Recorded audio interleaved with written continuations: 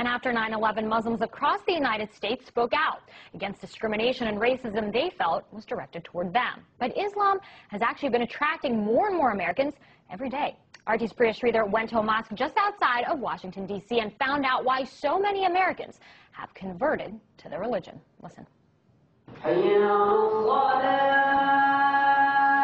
It's the call to prayer, and it's answered by more than 1 billion Muslims all over the world, including Caitlin Billings, a 22-year-old American who was raised Christian. I converted last year, the first of Ramadan. My mother, she was afraid that I was going to marry someone who would beat me.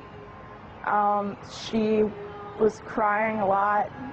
She thought that I was betraying her by changing my religion to something that she didn't know about.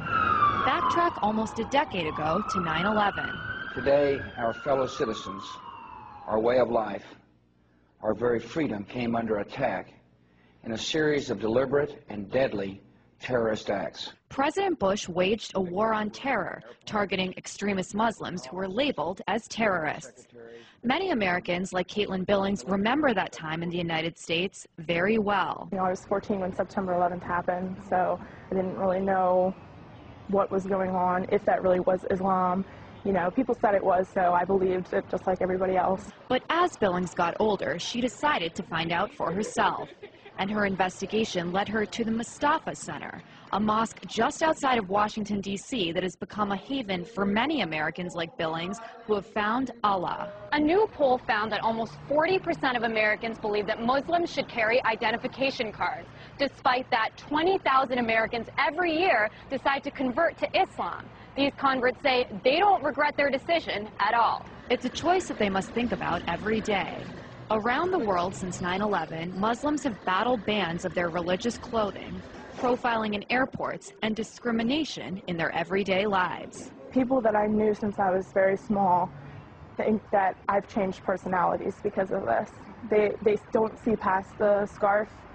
They just see the fact that I've changed. After joining a class to learn more about Islam, Carl Dodge also decided to become a Muslim. One of the big jokes that I've always made is before I actually sat down in the class and opened my Quran, everything I knew about Islam I had learned from CNN, And a lot of people are like that. So, and there were some negative reactions. And when it comes to the mainstream media, the depiction of converts can be somewhat extreme.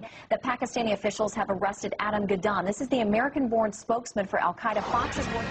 First, there was John Walker Lind, the Californian who converted, joined the Taliban, and ended up fighting with them in Afghanistan. And then more recently, it was Jihad Jain, the blonde-haired, blue-eyed convert who allegedly recruited people to wage violent jihad.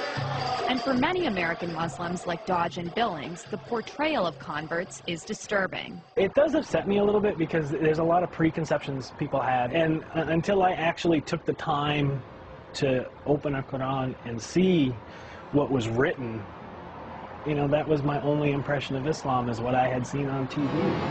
And in the United States, they say a culture of Islamophobia just doesn't make sense. It's a right to practice your religion. That's what this country was founded on. Not only, is it supposed to be that way here, this country was founded on those principles. That's, people that started this country were fleeing religious persecution. I just had somebody ask me the other day, so are you against America now? And it's like, okay, I'm a U.S. veteran as well. I served in the U.S. Navy. And so I do believe in this country. I volunteered to defend this country. I volunteered to, stand up for what the Constitution says. No matter what unfolds around her, Billings says she's proud to be a Muslim. If no one in the world wants to talk to me and be my friend, I still don't regret it. I am completely happy right now. Happier than I've ever been in my entire life. A happiness that might not make sense to those around her. Priya Sridhar, RT, Annandale, Virginia. And Priya joins me now for more. So Priya, how do the converts in your story, how do they feel about this whole, mosque controversy, the burning of the Quran? Because we talked about how Muslims all over the world feel about it, but what about those here in the United States, especially those who actually converted? I mean, they're angry about it just like most of the Muslims in the United States. For them, converting to this religion, they had to change their lifestyles a lot. They pray 5 times a day, as you saw in my story. They wear headscarves.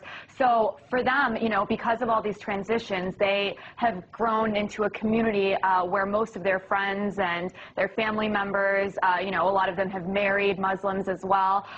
So, they're more sympathetic, and they feel that, most of these actions, the people who are against the mosque near Ground Zero, or the pastor who was planning to burn those Qurans on 9/11, are speaking because they're misinformed, which is another kind of topic that I mentioned in my story as well. That's right. I mean, a lot of them had said, look, I saw one thing in the media, but I wanted to find out for myself, so I picked up a Quran. I want you to just elaborate a little bit more on that. Well, Dina, I think an important thing to remember is that, although this country is supposed to be a melting pot and it's supposed to be very diverse, that only happens in certain cities and different regions of the country.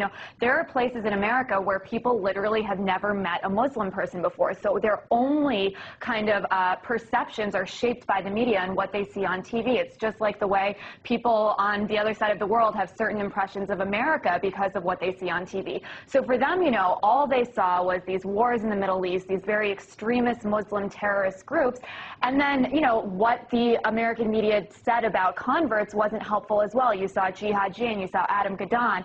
So their point is that there are very ordinary people who convert to Islam simply because they found this religion that they believe can give them hope and, what everyone finds in whatever religion they have. And so they wish that there was more coverage of that kind of conversion as well. Definitely an interesting story. RT's Priya Sri there.